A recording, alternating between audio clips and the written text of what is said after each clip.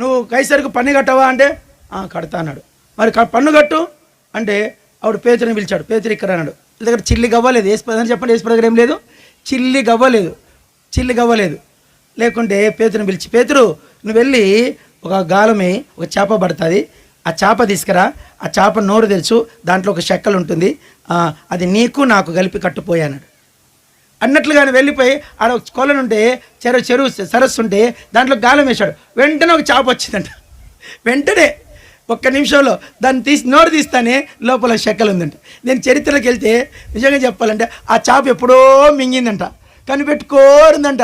ఒక ఆయనకి నేను పన్ను కట్టాలా, ఒక ఆయనకి నేను పన్ను కట్టాలని. అప్పటిదాకా కడుపులో పెట్టుకున్నది ఏందని, చెక్కలు.